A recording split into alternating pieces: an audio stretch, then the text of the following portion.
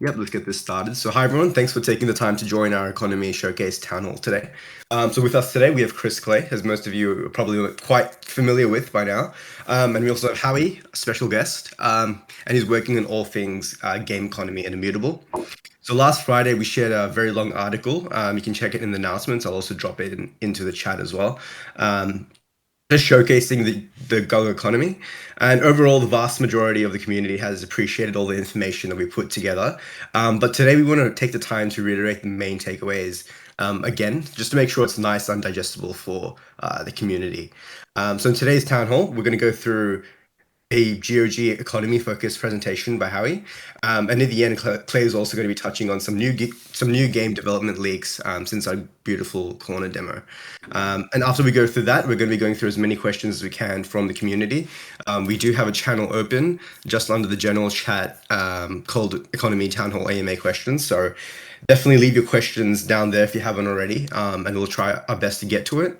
But other than that, I think Howie, you can take it away. Thank you, Ryan. Are we going to put up a screen for the presentation? I thought you were going to share. Okay, I will share it. In that case, no problem. I will do that. No, Discord doesn't bug out on us again, and we can share this presentation on screen.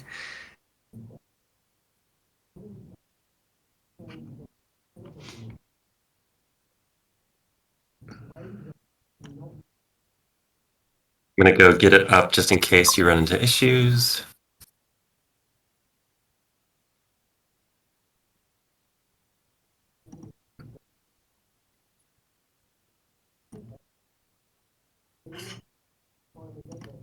Okay, hopefully this works. I haven't tried sharing a screen on Discord before, but... Yep, I can see it on my end. How's that looking on everyone else's screen? Yep. Okay, great. I'll just kick off. Okay, so welcome. Just a few things to talk about. First of all, I will go through my section on the GOG economy, and then we will have an intermission where we can answer some questions, and then followed by Clay doing a build update, sneak peeks on the current features in development, and then what we have heard and implemented post Beautiful Corner. So introduction, who am I? I've been around for a while. I've been at Immutable for almost 2 years now, focusing mostly my time on GOG, and I work across a wide variety of economy related topics, things like the design, tokenomics, the monetization. I also work very closely with MindLoader on their systems design, and my job is really to share and guide them on the things that they should be aware of when it comes to developing Web3 games, because they come from a traditional Web2 background.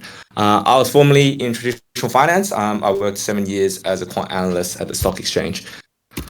So let's talk about the basics or the principles of GOG's economy, right? And these are things that we want to hold, because these are things we think are important for a sustainable Web3 game, right? So what are the 3 principles that we try to maintain? First, we want the Web3 assets to maintain some sort of residual value. And I say residual value, meaning that we're not trying to keep prices at some certain level, right? We just don't want we don't want on the marketplace to have assets that are worth nothing, that no one has any reason to buy them, and they're just stuck there. It looks bad for the game. It's sort of like signs of a broken economy, right? And so we want the low value assets to have utility to others. Number 2, we don't want declining prices to cause the game to die, right? And we've seen this in some of the Web3 games last year. Won't name names, but basically they go through a death spiral, right? Like the prices go down, people say, oh, there's no point for me to play the game.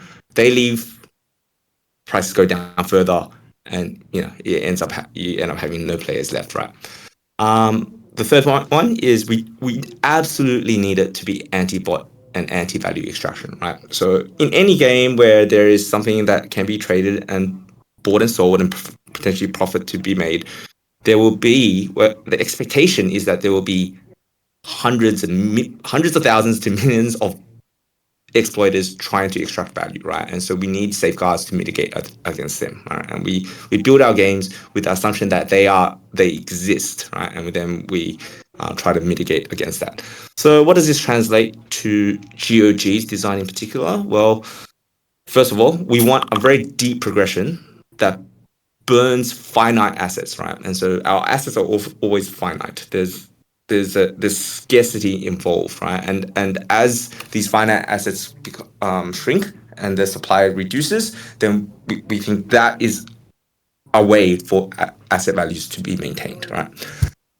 Players cannot buy directly into endgame, and so what I mean by this is basically you can't just go on the market, buy all the top end assets, and then accelerate straight into the end game, right? We expect players, even if they're using the marketplace, to be playing the game, right? And you can't just shortcut the content and render all our efforts obsolete because you want to pay your way into victory, right?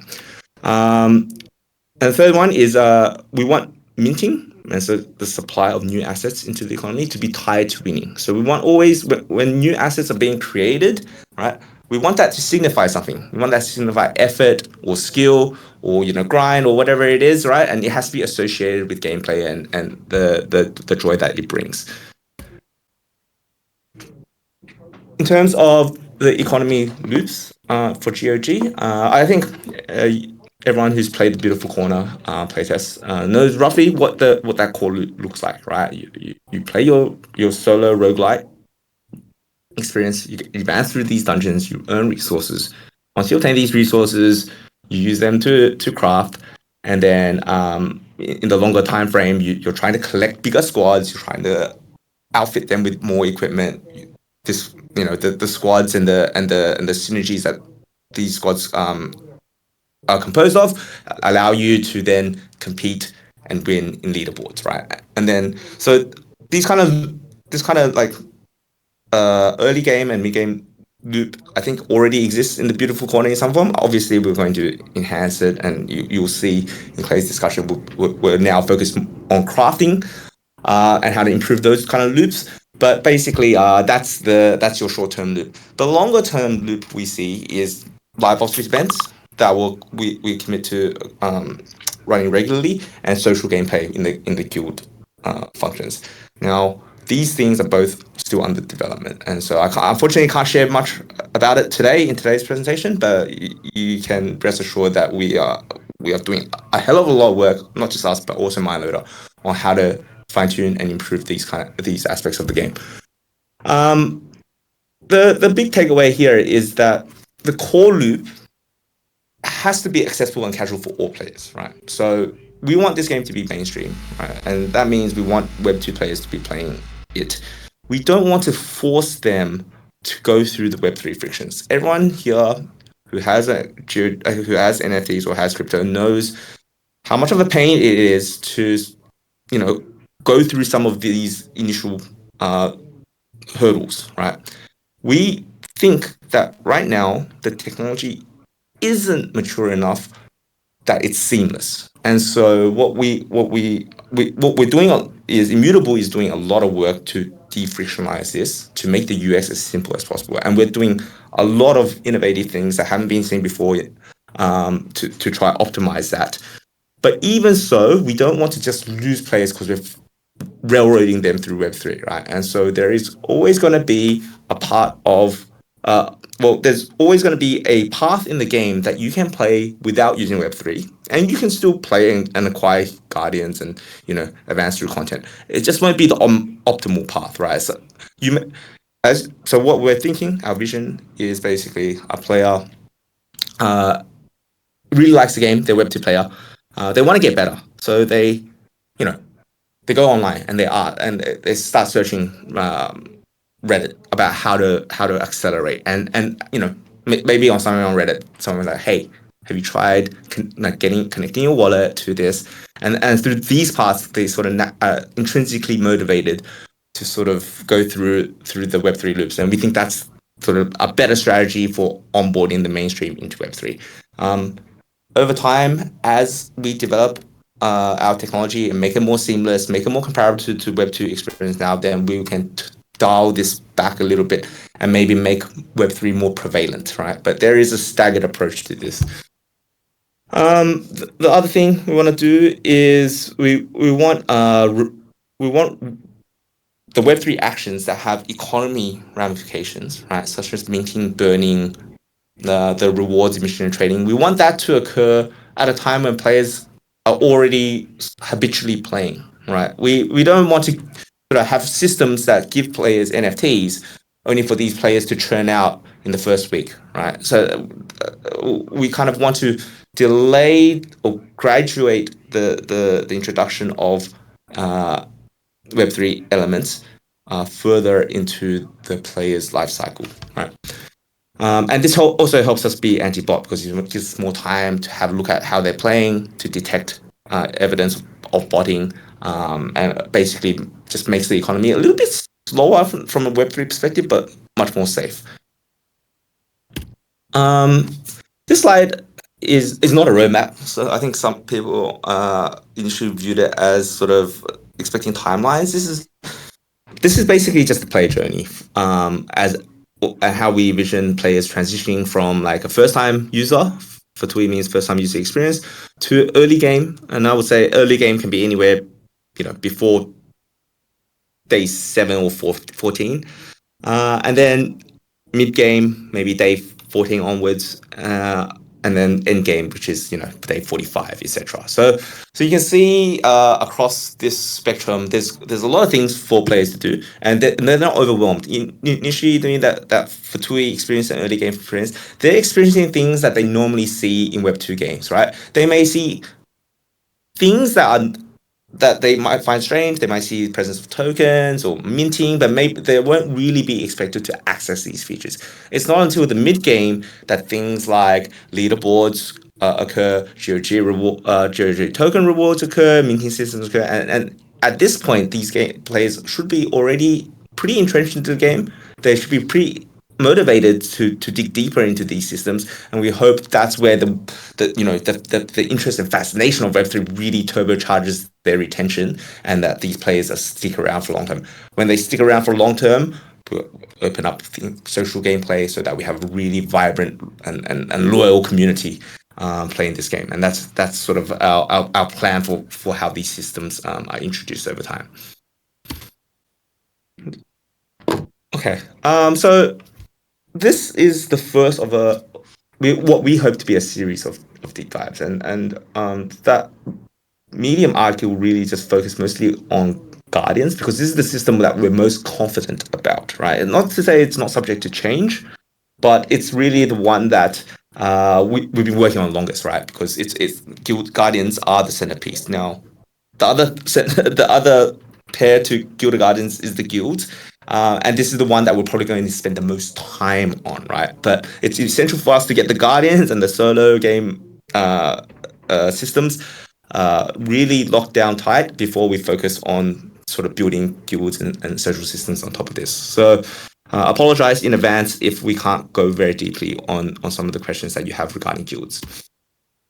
Okay, let's talk about Guardian, minting, and burning. This is important. A lot of you folks in the audience are holders of founders NFTs, and you want to understand what do these Guardians do in the game, right? So, like I said, Guardians are the centerpiece. They probably contribute the most to your overall squad's power, and there's various ways of upgrading your Guardians. So you can upgrade via your regular progression, which is using like XP, gold, the hero dust. You can upgrade your Guardians equipment, but overall, some of the main sort of non-standard vectors of progression is these systems called Enlightenment and Radiance, which both have Web3 consequences. All right, so I'll just talk a little bit more about how this works. First of all, Guardian supply.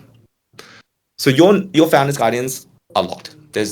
Right now there there's no more Web3 versions of those guardians. And like that is our current plan for our existing guardian supply. What we plan to do is we plan to rotate new guardians, right? So brand new guardians into a gacha banner every 2 weeks, right? So you'll see this in other free-to-play games. Basically, there'll be a new legendary guardian and perhaps a new epic guardian, and they'll sort of rotate every 2 weeks. When these guardians have reached a certain supply quota, right, they will go out of circulation, right? So in this way, it's the guardian supply is kind of kept in check. Now, as guardians get burned and as they consume, they could get rotated back into the rotation, but we won't make any promises there. But the idea is that these guardians, all guardians that we create, have some sort of defined supply limit, right? All non-founders guardians that are achieved via gacha start as Web 2, right? So it's only when they undergo ascension, right, that they get minted, and then they become Web 3 assets. The total supply of these guardians is managed by us in 3 ways, right? Number one, the gacha rotation manages it, because if this guardian that is really popular is not in the rotation, then that supply, the Web 2 supply is capped, right? The Web 3 supply is managed by what's called a bonding curve. So it's a concept from DeFi, which basically says the more that of something is minted, the more costly it is to mint, right? And so that kind of like balances the supply a little bit. And then finally, the rewards emission. So how much it costs to mint this guardian, right? How much rewards you get affects the relative cost of the minting.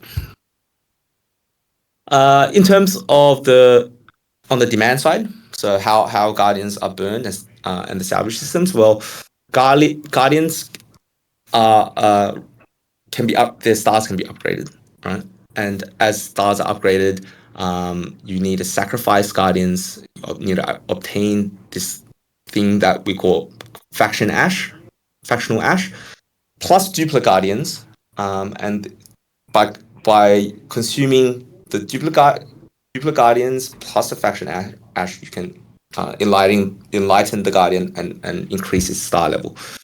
I'll talk a little bit more about what this gives you in the next slide, but the second way to advance your guardian is through this process we call ascension, which is increasing the radiance of it. Now, when you increase regardless of what you do, when you're sacrificing or burning guardians, you recover some of the resources that you spent in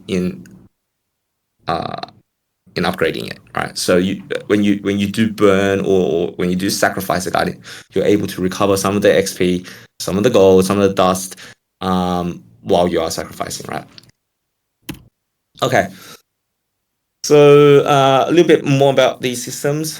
What does enlightenment do? So remember, enlightenment is the process of increasing a guardian's stars. It improves the guardian's stats, attributes, and equipment choices. It increases their level cap. It also increases their chance for what I call a chroma metamorphosis. Now, it's not an official name. I just kind of made it up. But basically, the idea is for non-founders guardians, right? Again, I want to call out, this is for post-launch guardians and the non-founders guardians. If your guardian is a radiant guardian, meaning that it's a Web3 guardian, right? There is a chance that for every time that guardian starts up after that it spawns a chroma cosmetic, right? And we think these chroma cosmetics are going to be additional ways to differentiate the guardians from each other and sort of like create this kind of like interesting like collectability dynamic, right? What does Ascension do? Well, Ascension is how you increase your radiant levels, right? So this makes it makes a Web 2 guardian radiant, and it makes it tradable, right? It gives you additional buffs to stats, right? And we will apply that additional buffs to stats retrospectively to the founders guardians. I know previously we've said that like There's no difference between Chroma. That's purely cosmetic. But after looking at the design and sort of like how much actually that is quite it's quite a lot of resources consumed to increase the Guardian's radiance, we thought it's only right that we actually make it a stat-based upgrade as well. There'll be title and UI changes associated with it, and then finally, there's every time you increase the radiance of a Guardian, you have the chance to roll a higher quality Chroma, right? So it could be that only at Radiant 4 or Radiant 3 you can access the mythic Chroma, right? So overall, what this means is that for any particular Radiant Guardian in the market, there's going to be a whole host of different attributes related to it, right? Like the stars can be different, so you'll have to make sure choose what kind of stars you want to buy. The radiance will be different, and the chroma will be different, right? So these are kind of the things that will be tradable. Everything else, for example, the XP and the equipment that's equipped, those won't be tradable. Those things are kind of account bound. They're what we call Web 2 assets, and with those assets, you're always able to recover some of those back when you trade this Guardian, right? So it's not like your time is wasted. You're able to get it back. It's just the buyer won't receive what you've put in, and the reason for that is, like I said, is that we don't want players to be able to buy directly into their end game, right? We think, based on other games that we've studied and seen, if a player is able to just buy the end game content, they'll just play the last level or the final dungeon and they'll stop playing, right? And we want our game to have longevity. So that is my part. Now, I know we didn't talk about Guardians. I hope I was able to provide a lot more details about it, but I think there will be subsequent deep dives. We'll talk about other systems as we become ready to, as we lock them in. Things like crafting, tokenomics, leaderboards, all things that there's a lot of work that's been done. We're just not ready to show it to you right now because we don't want to be, we're still in the process of tweaking and iterating on these things. So Ryan, happy for you to jump in there. Should I go into No worries. I think that was a great section by you, Howie. I know we have like an intermission section here, but I think we can just go straight into Clay's section here. And then I know there's a lot of questions that the community has been asking throughout the last week and also today. So yeah, I think Clay, if you're happy to continue, and then we can take as many questions as we can at the end.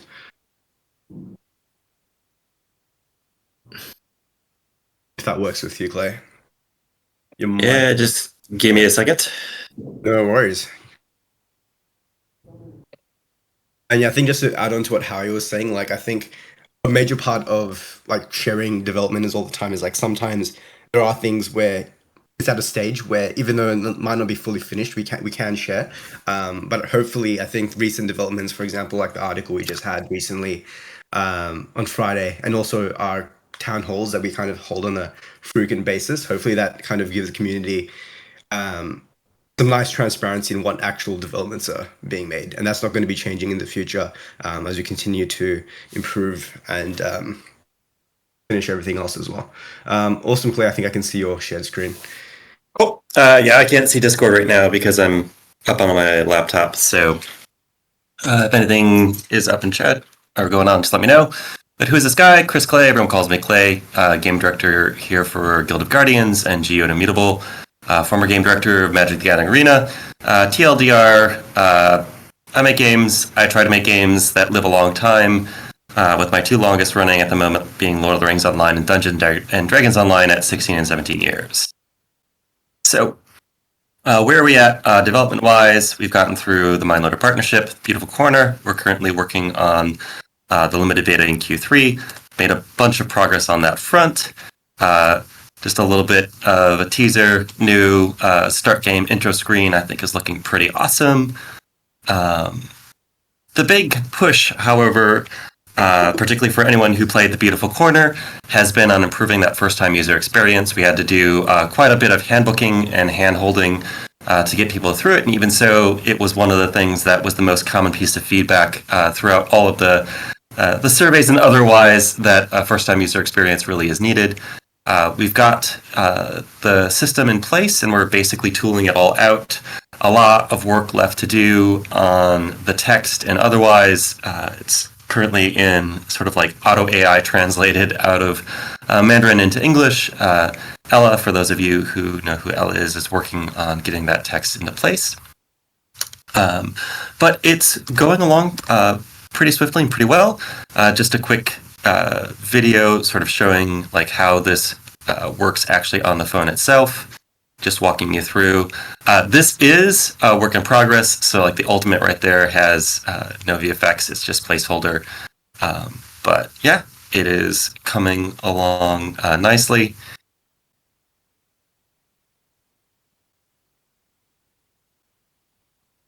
And just a little bit of tease there at the end of the next bit. Also working on the narrative system and tools. This also is very much placeholder, where we're getting all of the system bits in and functioning. Making it all pretty is up next. There are some classic lines already that are memes around the office coming out of these initial narrative storytelling. But we are moving ahead on this front and essentially bringing the world of Guild Guardians to life in this fight against the Dread for the heart of Eldarim. Showing you these things to sort of show you the process itself and being very open there. I know I got some clap back early on, showing some very early work, but I think it gives you some insight into just how this all comes together. And again, with MindLoader, we're getting these things in as quick as we can so that we can start hunting them in. Great games come through really rapid iteration, and we've got the tools in place right now to iterate really quickly across both the first-time user experience and the narrative as that takes place. We've also got a bunch of changes that have come in, teased a few of those in Discord last week. Yeah, a big one was around leveling itself. So going through this process of going through a dungeon, having your guardians not advance at all, and then using potions essentially out of dungeon to level things up. Like, it worked, but it didn't quite feel right. So we've got a system in place now where the guardians that are actually in combat at the end of the fight, they'll level up automatically. There are still XP rewards.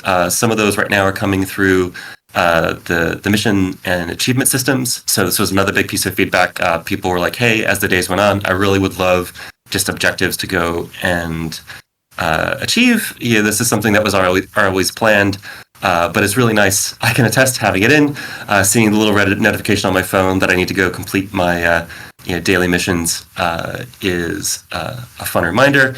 And of course, speeding up combat. So we currently are working with 2x multiplier. We're going to keep iterating with just how big that multiplier can get, and then of course how you unlock it. But yeah, some neat things coming along.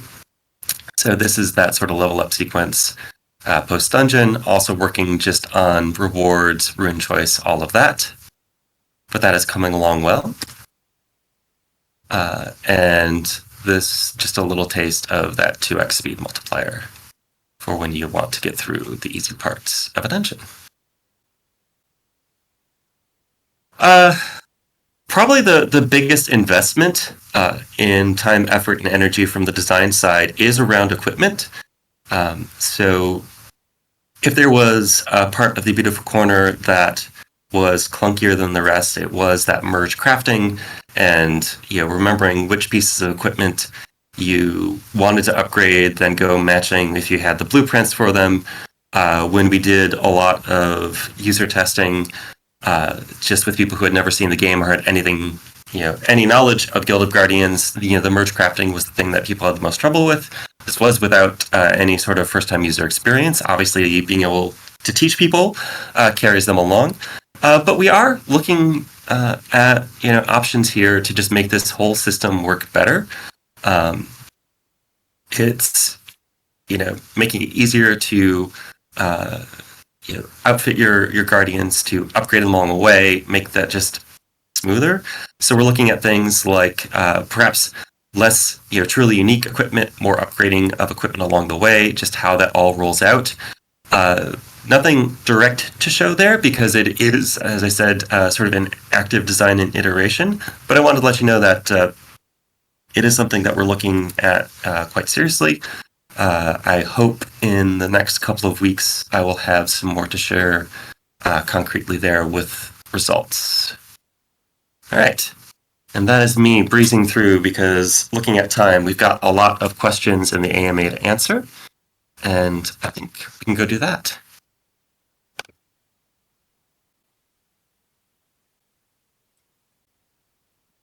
Ryan, were you going to guide us through the questions?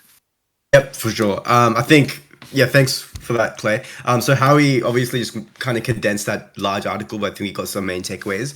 And Clay definitely shared some new developments. There's a lot more going on, of course, since Beautiful Corner. So I think now we can start getting into the community questions. Sorry about that, Clay. I got distracted by the Slack notifications. So I think we can start with the questions that we've been getting asked. So under the general Discord chat, we have the economy town hall AMA questions. So we're going to be going through some of them now, and we'll also be taking live questions if we hopefully get the time to get over it. So the first question is regarding GOG utility for the token. The question is, so these are raw questions, so if you hear a question being read, make sure to give us a shout. So how do you envision the implementation of GOG exactly? In Web2 games, I use my USD to make purchases in-game. Will we have ways to purchase items in-game directly from the game? Will that be in GOG token? What are you doing to ensure there's a higher demand for GOG than there is actual farming? I personally envisioned GOG tokens being extremely difficult to farm. So that's the question. So I think that might be a question for you, Howie, if you wanted to take it away.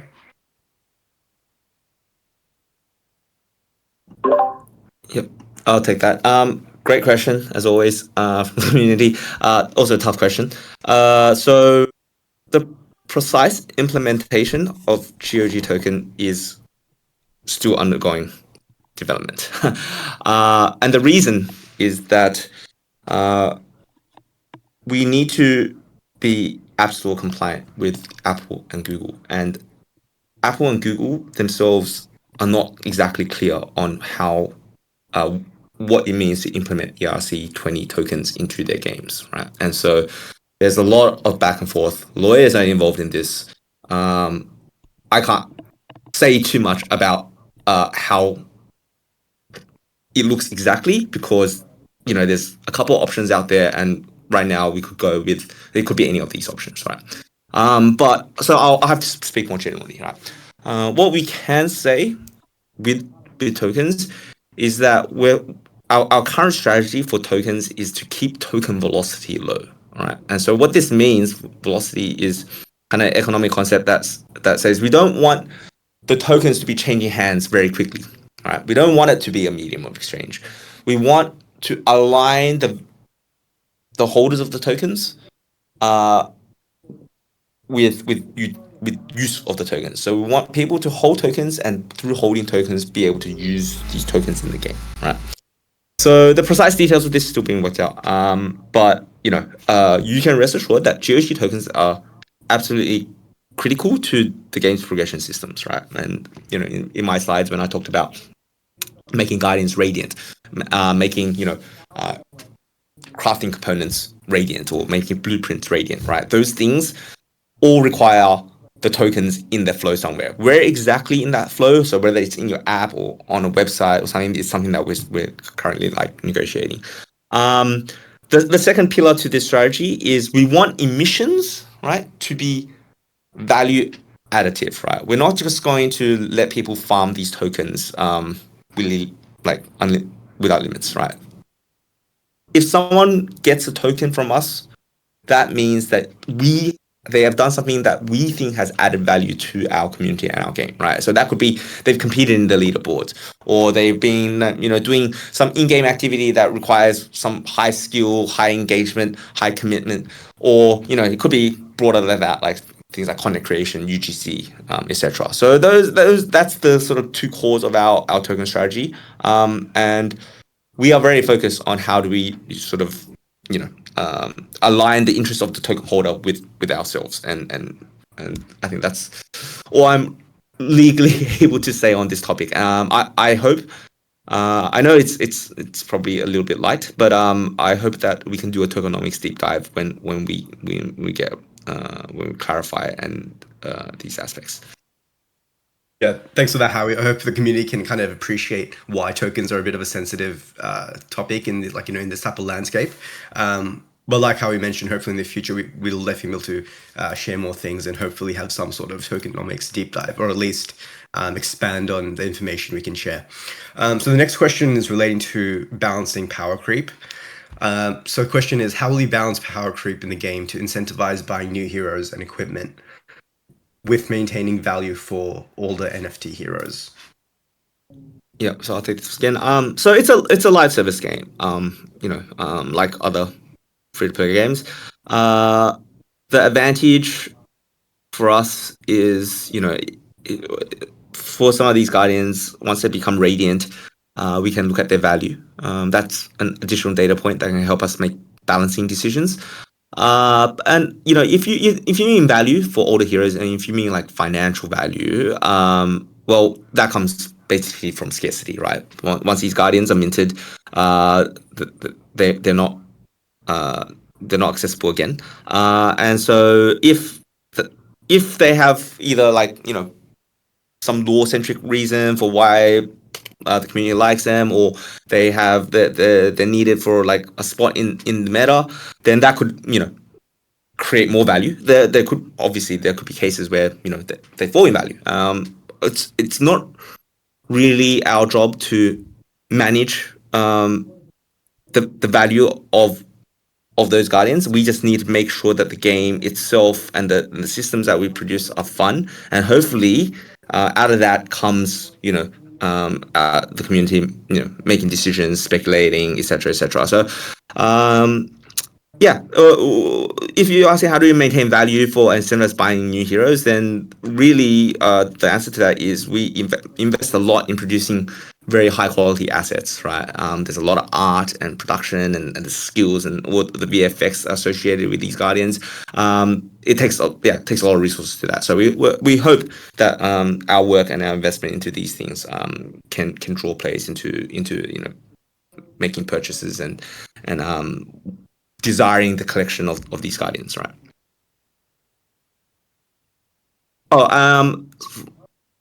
Maybe one final point is that the initial launch of non-founders guardians, there's not that many compared to sort of other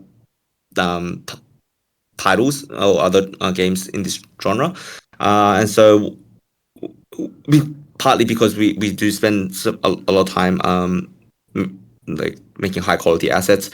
So in the post-launch period, we'll be doing a lot of we'll be basically turbocharging the release schedule for new guardians to sort of plug some of the gaps that we can see in the meta and fill in like some of the roles and niches that kind of are expected. Awesome. Thanks for taking us through that, Howie. I know there's a lot of questions for you because the next one's for you as well. But we appreciate all the answers and insights you're giving us. So this is quite a popular topic as well, of course. So the topic for this one is guild tokens and what it means to be a member of a guild. So the question is, what will be the new / revised benefits of holding a guild token / being a member of a guild, especially the higher tier guilds, in brackets legendary and mythic? Yeah, I think I alluded to this in the previous in the presentation, which is guilds are still very much under development. It's the one that we're in terms of total development time, like design time, iteration time, it's probably the one system and feature that we've allocated the biggest budget and the longest time to doing, right? And so it's still early days. Even looking at the existing systems like that we've locked in, they've changed so many times to this point, like even with Guardians, right? Over the last 3-4 months, they've changed a lot, and we've got more time to work on guilds. They're a more complex system. So it just wouldn't be right for me to share details right now because I know they're going to change, right? But what I can say is, as sort of like we when we're doing this design, we put certain stakes in the ground. We say, hey, these things cannot. These things are immutable. Like they must be true, right? Which is number one, that the founders guilds must have a special role to play in the future guild functionality, right? Because we know how much these guilds and it means to the community, right? And so we've set that stake in the sand. We say if these are see what occurs during that initial launch period. If we need more guilds, we have the ability to do more like common tiered guilds. But if we do more common tiered guilds, they're not going to be as useful as the founders guilds. And the founders guilds, the it's going to be tiered according to the category of the guild it is. I'll also say that the value of the guilds themselves are tied directly to how good the game is, right? How many non-guild members play. Right now, there's, based on the current existing set details of guilds, there's around 45,000 guild spots, give or take, right? We don't think that's enough for the game, right? If GOG hits the milestones that we hit, there's going to be more people that want to join guilds than 45,000, right? And so, but we need to get to that stage first, right? So we need to build that core game, have that be player based, have guilds implemented in a way that's really fun, and then we'll solve like how to increase the spots that are available to guild members. But it's a problem that we would like to have, right? Great answer, Howie. I think. Sorry, we're gonna add something as well. No.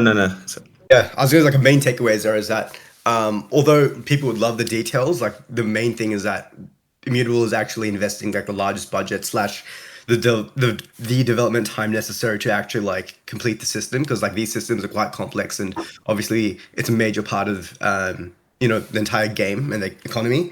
And also like how we mentioned, they're making sure that the founder guilds are also like a special place in the game, as we actually do value the community. So those are some great insights for sure, and I think that's going to give people some confidence, knowing that we're putting as much development resources as we are, and care for the guilds.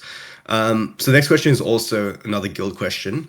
So it's kind of similar, I think. So what is the purpose of the guild tokens now? They are far the most expensive assets which we got sold in Wave 1.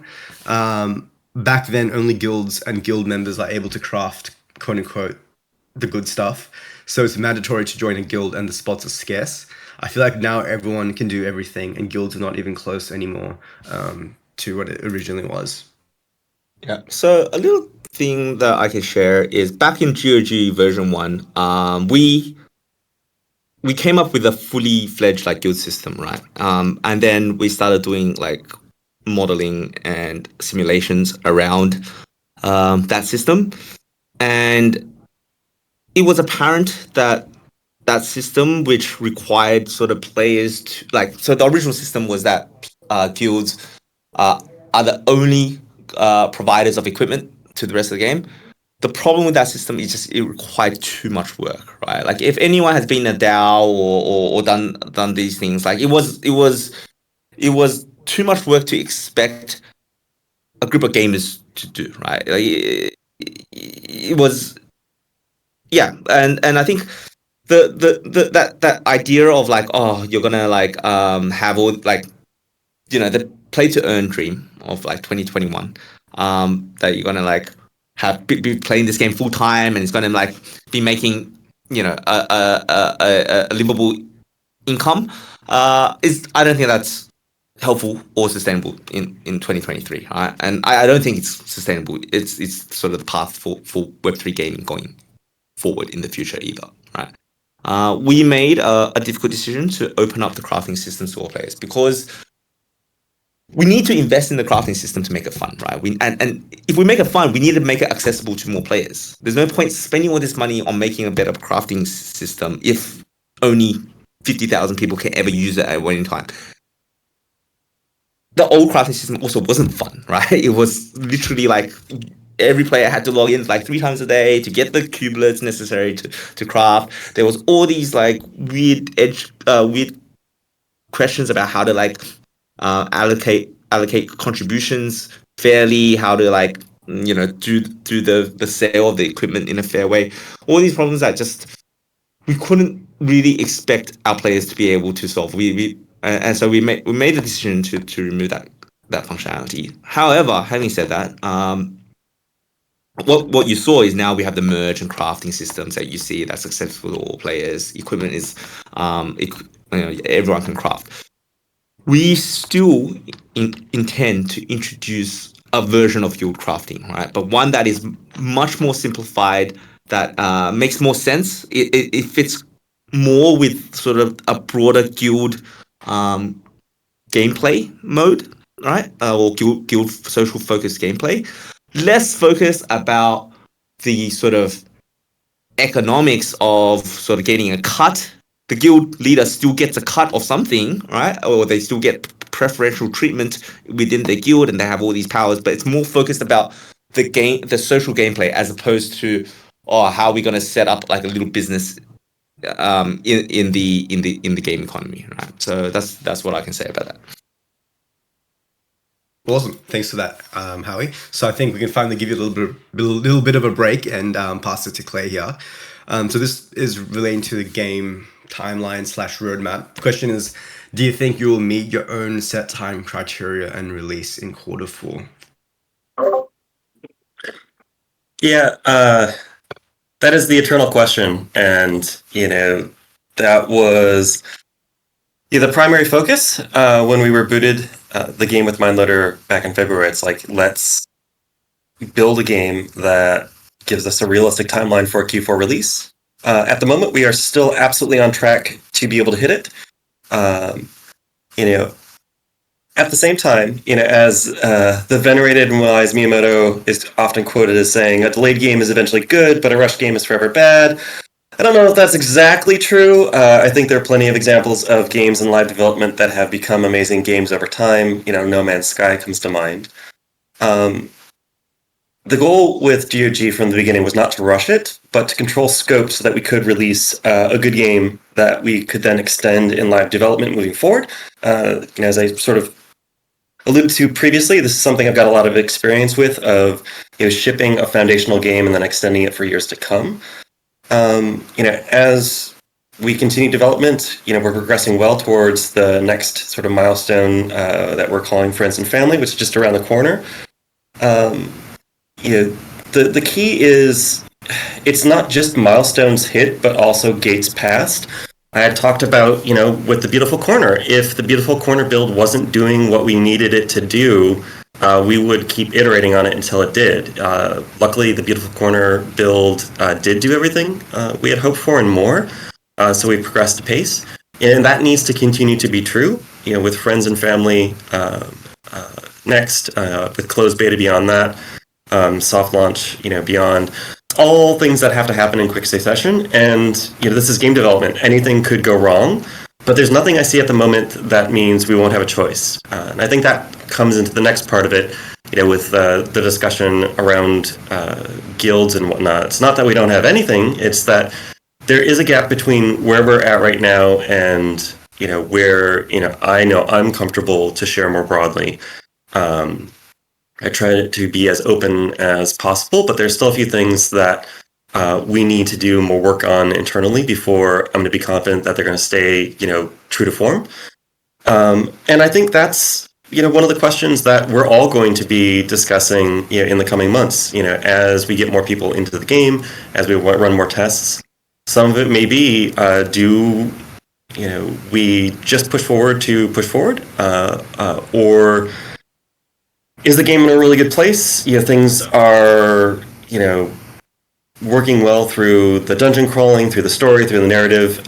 And what we really want to do is actually do more deep guild development before we go into wide release. I think that's where it would come from, we want to get more features in before full launch.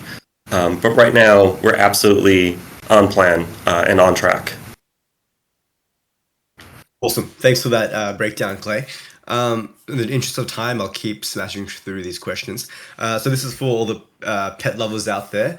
So the question is, can pets join battles? What will be the new purpose? Will we be able to level them up and battle? So kind of 3 questions in one, but yeah, everything pets here. Yeah, so for for the Americans, maybe older Americans in the bunch, pets in some ways feel a little bit like a hanging chad in the overall design of Gilded Guardians. One of the things I don't want is for pets just to be another guardian that you pull in, just sort of their own unique slot guardian. But as we look at them, it is something that kind of makes sense that if you've got pets, they come along for the ride. So I would preface it much like guilds, pets aren't in active implementation right now. They are something that we're working on the design side. They're part of our massive Miro board where we've got everything mapped out. And, what we're looking at there with pets is that they're rare, that they're special.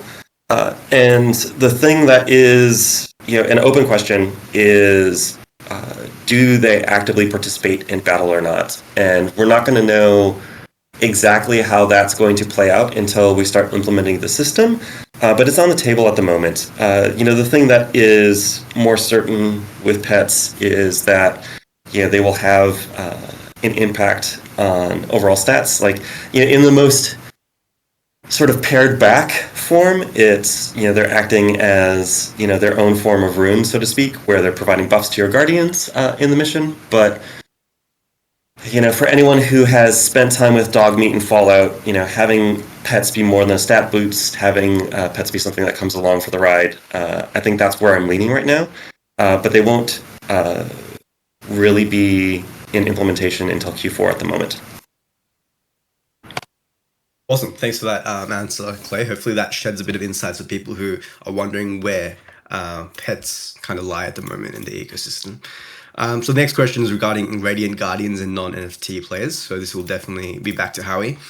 So the question is, Radiant Guardians are guardians that have been converted to NFTs via a minting procedure that converts the guardian's current characteristics into a permanent blockchain asset. We intend this to be the optimum progression pathway for players to reach in-game content. So I think the person there was just quoting like a section from a long article there. The actual question is, so does that mean the average non-NFT player just clicks a button to convert their current non-NFT hero to an NFT, and therefore no need to buy NFT in the secondary market? Hopefully that makes sense there. Yeah, I think I get the question. So first of all, the average non-NFT player needs to have some sort of tokens in order to get the NFT hero, and ideally they do just click a button and then it becomes an NFT hero. But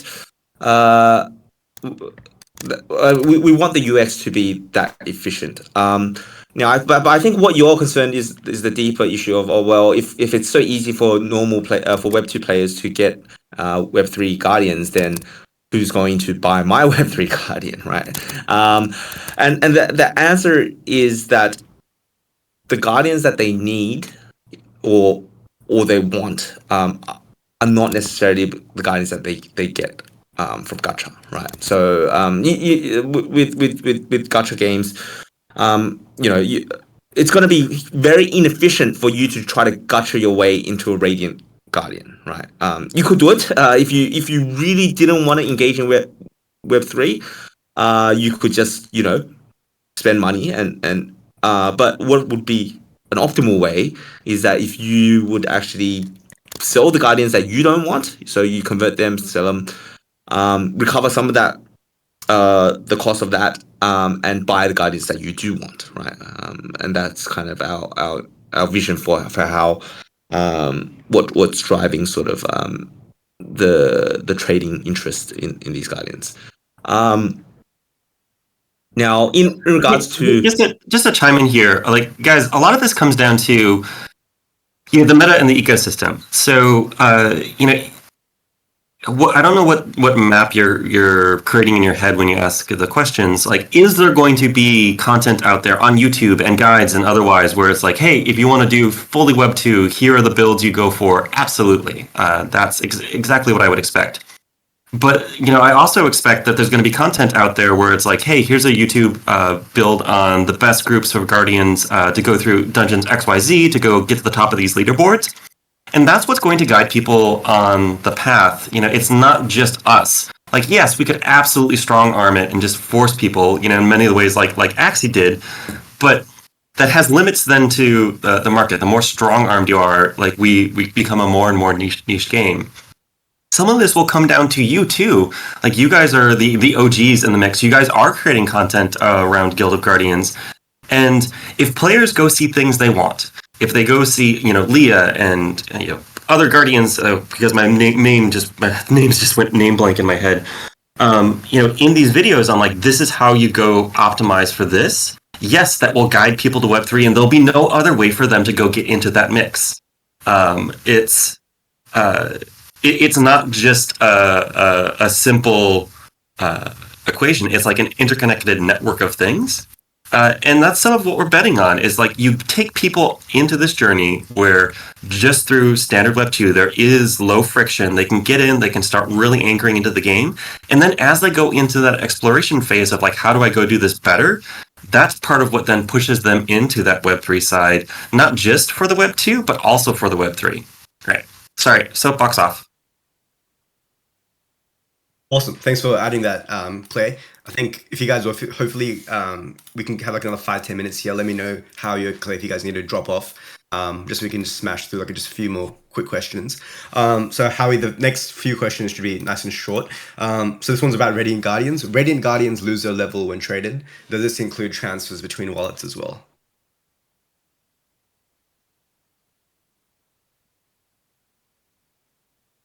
That one was for you, Howie, by the way, if you missed it, unless I got it. So I think this is a little bit of a tricky question.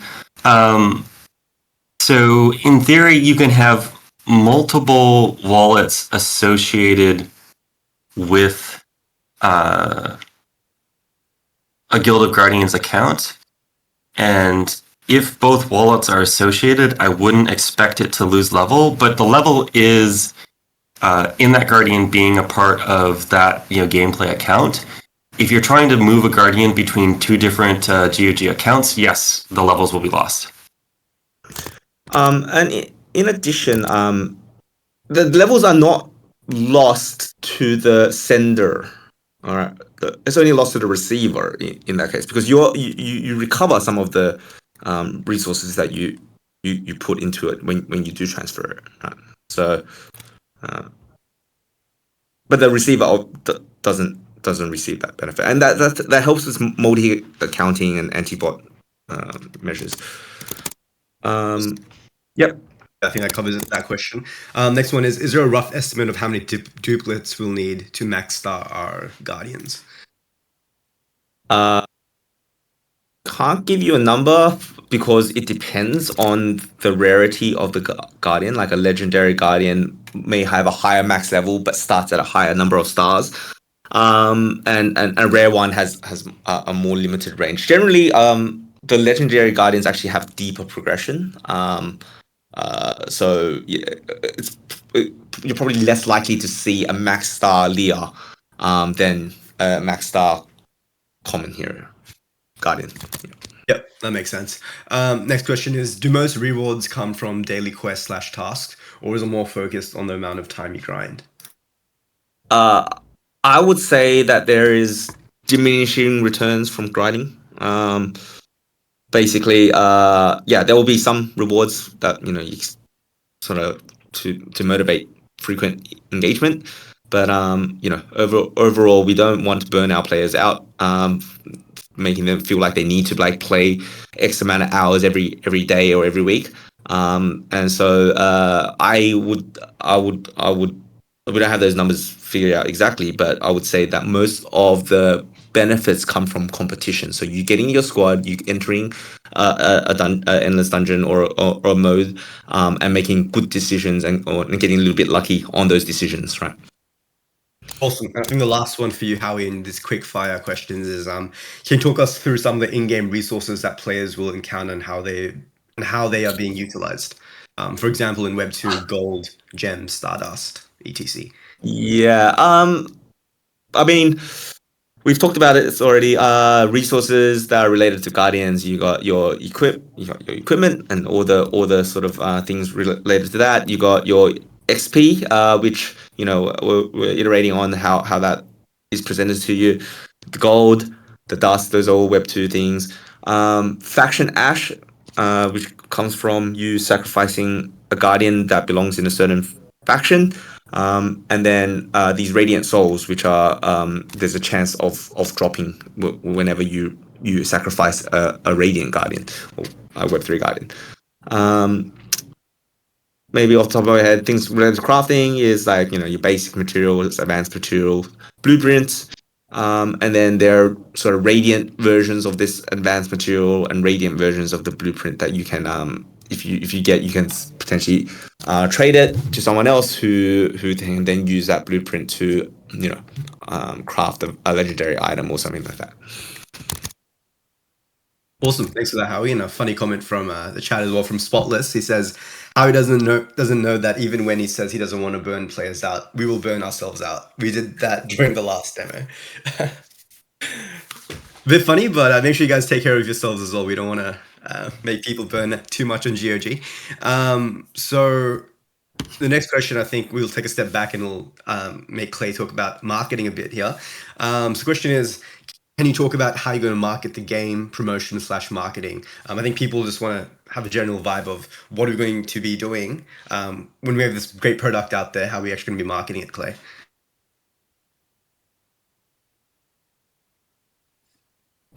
I think so.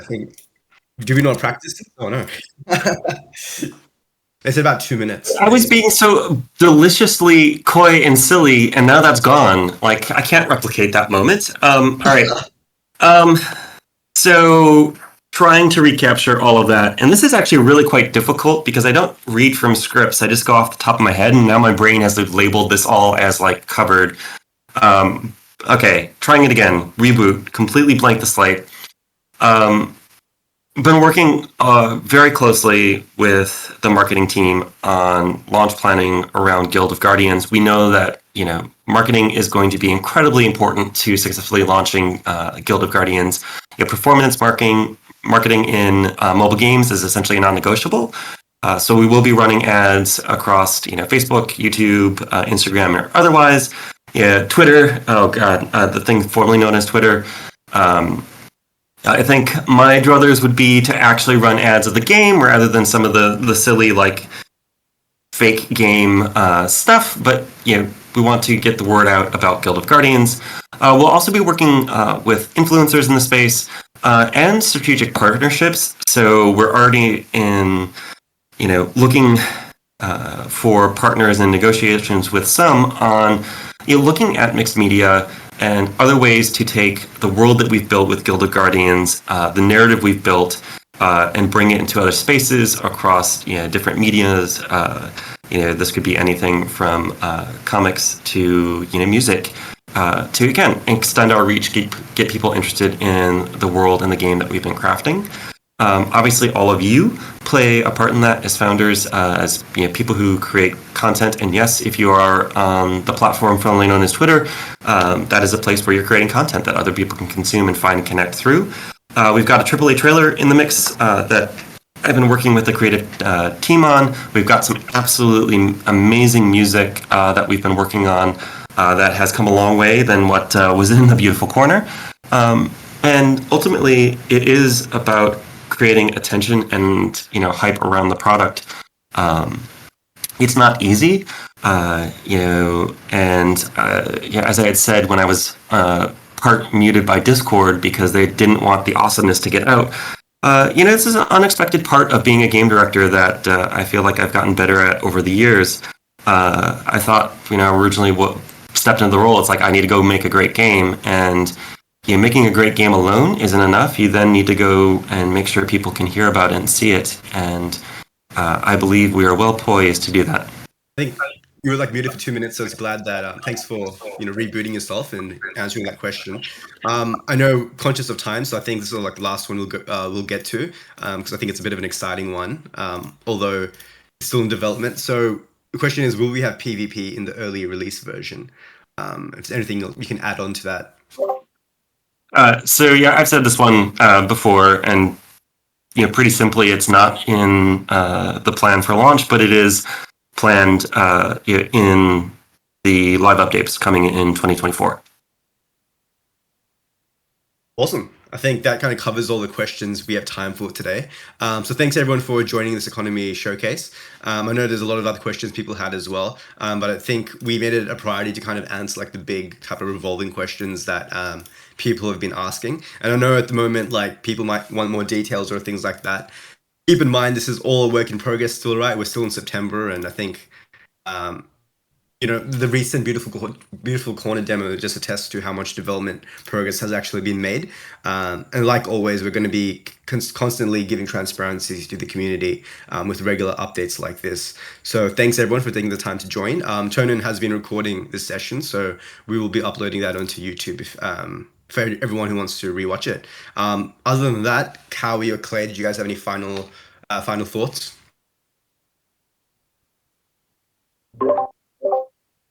Yeah, I'll go first. I mean, thank you for attending this. Thank you for the questions. Some of the questions, I think I would like to share a lot more details, and that's not to say that we don't have a lot of work being done, right? I also know that there's, the community needs, we need to build that trust with the community, and therefore we can't flip-flop on the things that we announce. And like there are a lot of things like tokenomics and guilds that there's just ambiguity in what is the best option to take. We have a whole bunch of options to take, and it's like deciding what's the best option. But when we make that, when we lock it in and we're clear, we will announce it.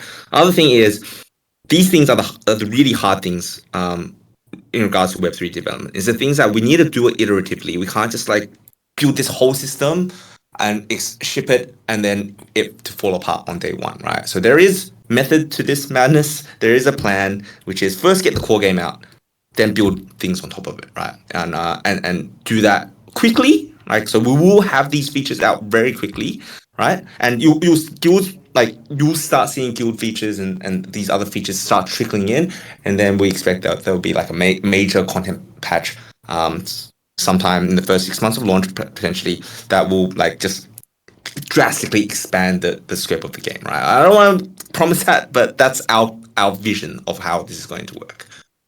Yep, 100%. It's like the foundations first, and then everything will quickly kind of be implemented soon after. Thanks for that, Howie. And how about yourself, Clay?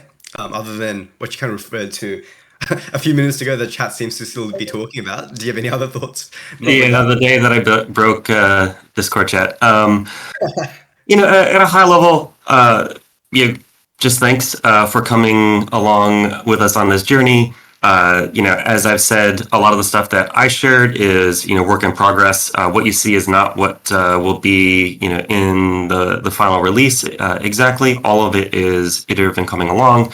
And I think it speaks to, like, there was who is it? Let me scroll back up. Sanctius, he's like, hey, the graphics don't look quite as good as, the released games. And that's the give and take. When we put things out that are in development, they're not finalized yet. They are placeholdering in many cases, particularly a lot of the Guardian portraits. But then you get to sort of see it, as it's made. And then when it comes to things, like guilds, like why are we a little bit more coy? Because that's the response in so many cases. When we show things that are in development, it's like, well, that's not final. That's not what I see in final production. I'm like, it's not. And there's some places where I'm like, you know what, we're just going to do it. And other places where I'm like, I'm just not ready yet. So have patience with us. But that's a microcosm, at least in my mind, of where it stands. And I want to reiterate too that as somebody who's done this multiple times, this is, in my mind, one of the cases where I feel privileged in that, when I get these questions about, are we going to hit the timelines? I want to be clear that there's different cases to be in. And I think where Guild of Guardians is it wasn't a choice, like whether to release or not. Where things are at, there wasn't even the possibility. And where we're at now with Guild of Guardians it's going to come down to choice. We will absolutely be able to. The question is it the right time? And this is something that as we get, later versions of the game out, as we're playing it through with you, as we're going through the user testing, the thing that I don't want to do either is push it to hit a date when another 3 weeks, 4 weeks, 5 weeks, 6 weeks could have made the difference between something that had D12 of 12-15% or D30 of like 12-15% versus D30 of 6, and that's the difference between a game that really succeeds and one that doesn't. And I've got a new term that I use around the office, which is mindloader weeks. We're moving so very quickly with development that just 1 week of time makes a huge difference in what's in the build and the quality of it. So this is a pretty privileged case. I've had lots of times, particularly working on MMORPGs or even Magic the Gathering, when it just wasn't a choice. We just weren't there. And very happy to be working on Guild of Guardians and to be in this position. Thank you so much. We will catch you all in the not too distant future. Awesome, Howie. Thanks. Thanks both of you for taking the time to actually talk to the community. I think everyone really appreciated the town hall today. So that was great closing statements, and we'll see you guys next time. Thanks, everyone.